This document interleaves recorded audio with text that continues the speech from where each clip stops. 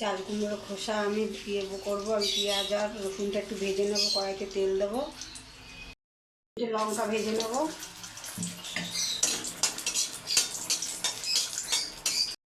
ভাজা হয়ে গেছে, লঙ্কা তুলে নেবো।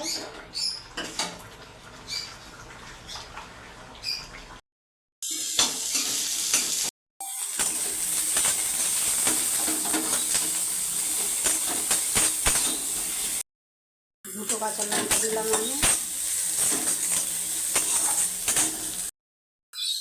পেঁয়াজ ভাজা হয়ে এসছে, এবার চাল কুমড়োটা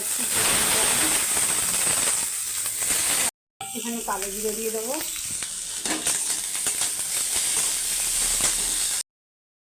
খোসা আমি একটু হালকা করে ভেজে নিয়ে বেটে নেবো।